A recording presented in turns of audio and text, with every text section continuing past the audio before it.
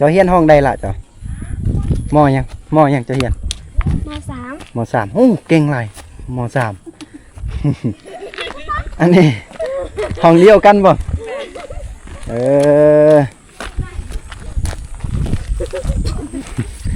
สาวห้องมสาม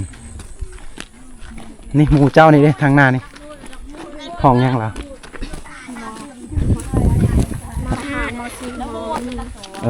ผู้ใส่หมวกเลยมห้าโอ้โตเจ็ดดอกบ่โตมื้ออื่นจะไปนำบ่ยังเฮียนไปแต่วันศุกร์บ่แม่นวันเสาร์กับวันอาทิตย์พักเฮียนตอนนี้เพิ่นเลิกเฮียนแล้วมื้อนี้เจ้าบ่ได้เฮ็ดกินบ่มื้อนี้บ่ได้เฮ็ด ให้แม่เฮ็ดตลอดโอ้หักแม่เขาก็ต้องเฮ็ดนะตอนทุกคนเป็นไทยส่วนลายกับแม่บ่ให้เฮ็ดให้อยู่ถ้าแม่ไปให้เขามาไปเฮียนให้เขาก็เฮ็ดเนาะ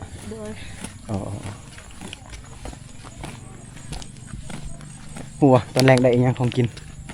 บ่ฮู้เลยบางทีแม่เจ้าสิขาไก่บุจักบ่มีหัวไก่ว่าแต่นั้นเจ้าว่าขาไก่นั่นมีอยู่ค่ะมีตายหมดตายหมดแล้วตายมากสุดนี่แหละบ่มีไก่เฮ็ดได้ซะไอ้มาตอนนี้แหละบ่มีไก่กิน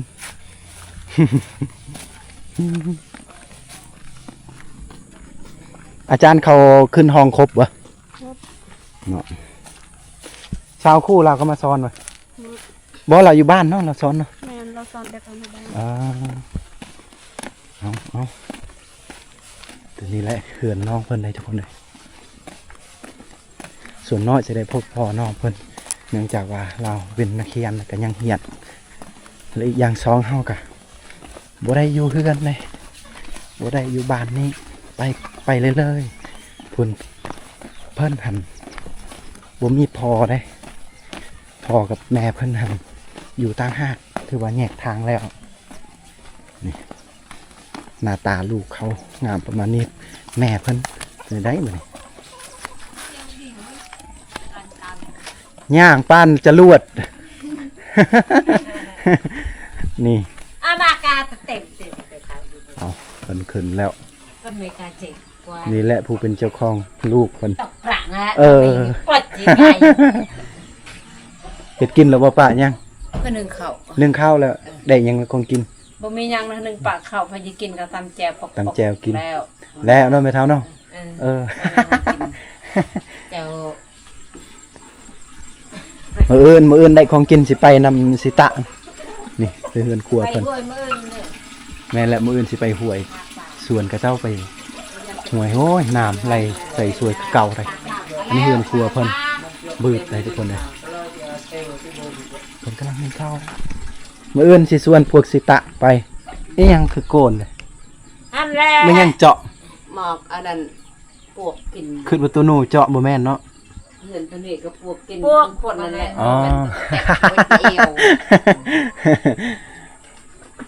นี่แหละเบิ่งเอาทุกคนนะกายตอนสัตว์หวานน้องเพิ่นนั่นยังเป็นนักเรียนละยามเพิ่นช่วยเวียกแม่เพิ่นเพราะว่าพ่อกับแม่เพิ่นได้แยกทางกันแล้วนะก็เพิ่นได้ช่วยก็ต้องมือหยุดเวียกมือหยุดเลิกเรียนประมาณมือเช้ากับเมื่ออาทิตย์ประมาณนี้แหละ2มื้อมีเฮือนครัวน้องเพิ่นและนี่เป็นเฮือนใหญ่นอนอยู่เทิงเลย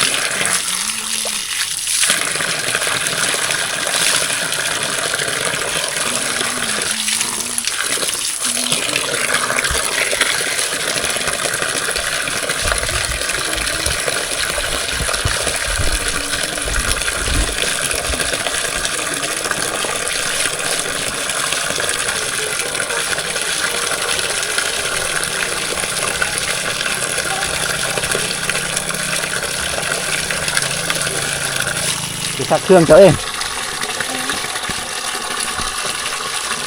จะซักเครื่องแล้วเจ้าบ่ได้เฮียนบ่แม่นเครื่องไปโรงเรียนที่นี่มันไล่บ่ล่ะน้ำที่นี่ยังไล่บ่บ่มีอ๋อ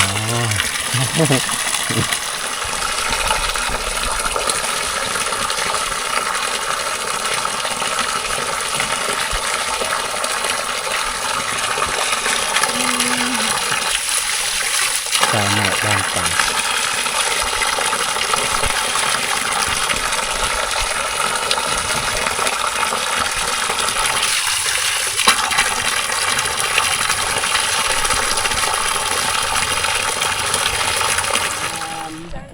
เลิกเฮียนแล้วบ่ล่ะ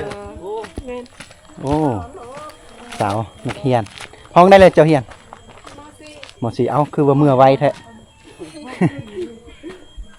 สาวม.4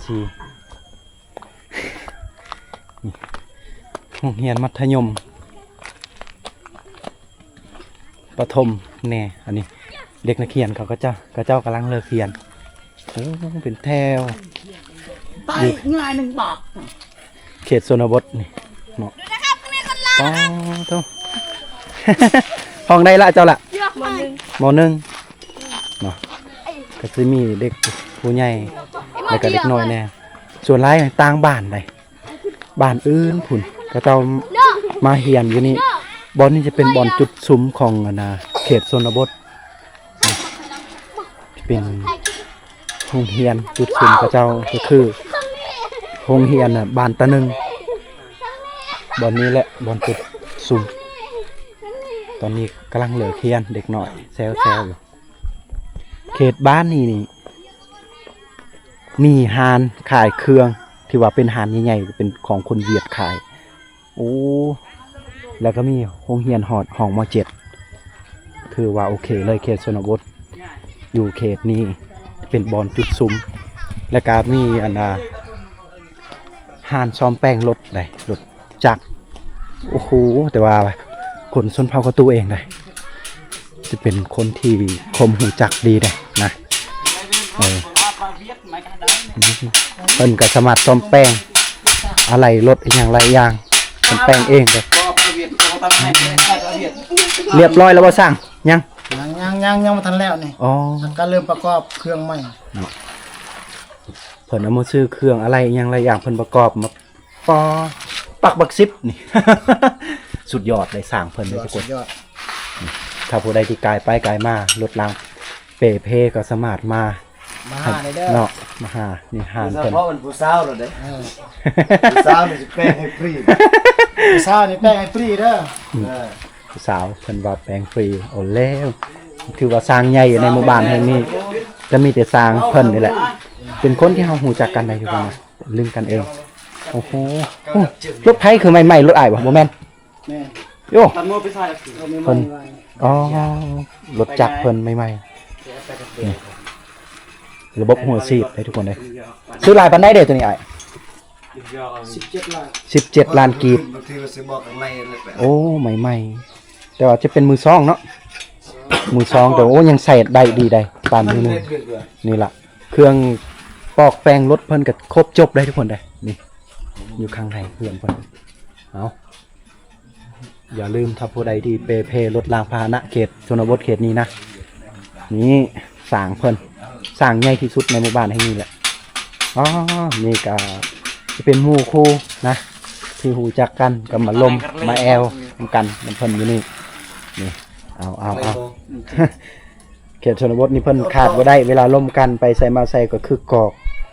มันไม่ใส่กันซาเด้อทุกคน แพงแขกคน นะ ติดตัวนั้นเลย เยิ่มหักแพงแขกคนก็ต้องได้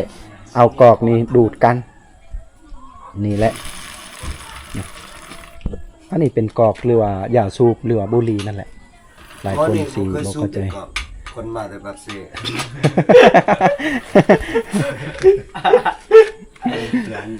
ลูกปักเส เดี๋ยวเนาะอยู่ทางนี้แหละอยู่ทางนาหานเพิ่นกะห้องเฮียนคือเว้าแต่ต้นนั่นล่ะทุกคนโอ้โหสุดยอดเลย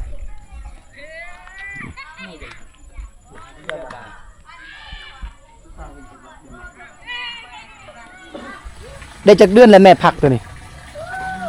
นับแต่เดือนเก้าเดือนแปด อ๋อ มันตกเรื่อยๆมันบ่งาม นั่นแหละ เดือนเก้าเดือนแปด แต่จะเดือน8เพิ่นว่า เออ 8 9 10 11โอ้3 4เดือน หลายเดือนแหละคนตกหลายมันตกแล้วตัวนี้ อันนี้มันยังขี้เถ้าวะ อ่า ขี้เถ้าวะโอ้ใส่ปุ๋ยขี้เถ้าเอา คุณ เอา นี่คุณว่าแม่นกี่เท่าคุณเข้าเนี่ย อ๋อ คุณเปลือกเขา เพราะว่าอยู่กับลื่นฝนตกหลายกว่าฝนบ่ตกเลยทุกคนเลยนี่เอาตัวน้ำนี่เฮาสามารถพกผักนี่ได้สะดวกสบายนี่คือว่าผักที่เพิ่นปลูกโย้ยใบขี้หูดนี่ก็คือว่าครบจบเลยนะส่วนเพิ่น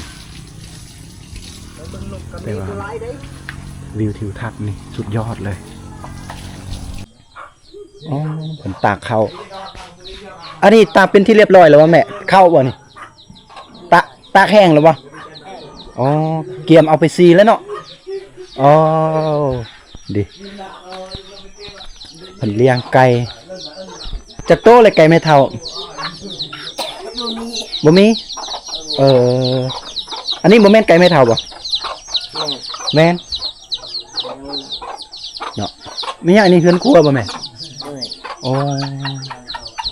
เจ้าคนน่ะอยู่นำกันอยู่นี่แม่ สี่คน 4 คนพอเฒ่าเพิ่นไปใช้ เขาเท่าอยู่ได้จริงมันได้เมียนะ อ๋อพอเฒ่าเอาเมียใหม่ไปอยู่ดักจึง เดี๋ยว แน่นั่นบ่ตรีแม่อยู่น้ำไผแล้วบัดนี้ อยู่น้ำลูก ไอ้โจกก็เป็นลูกแม่บ่ แม่น อ๋อเป็นแม่ของนายสร้างผู้นี้นะนายสร้างผู้นี้จะเป็นลูกของแม่เฒ่านี้เนาะแล้วนั้นเนาะเอาพอดีโอ้อยู่เฮือนนี่ยัง4 คนแต่นี่บ่ไล่กับไอ้โจกเด้แม่นบ่ แม่น อืม เจ้าคนอยู่นี่อยู่วัน เราต่างหากเราอยู่ต่างหาก โดย อ๋อออกเฮือนต่างหาก นี่ยังลูกละก็ ลูกหลานผู้ชาย ผู้ชาย ไปใช้เลยเรา ไปเกี่ยวเขา เนาะเพิ่นไปเกี่ยวข้าว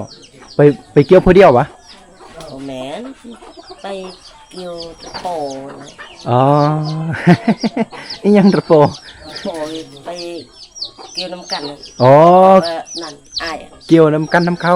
น้ำอ้ายอยู่เงินพุ่นเงินพอดัด อ๋อเขาไปเกี่ยวซอยกัน กวกัน อ๋อเอาแสดงว่าแม่มีลูกจักคน ลูกว่า โดย คอยว่า โดย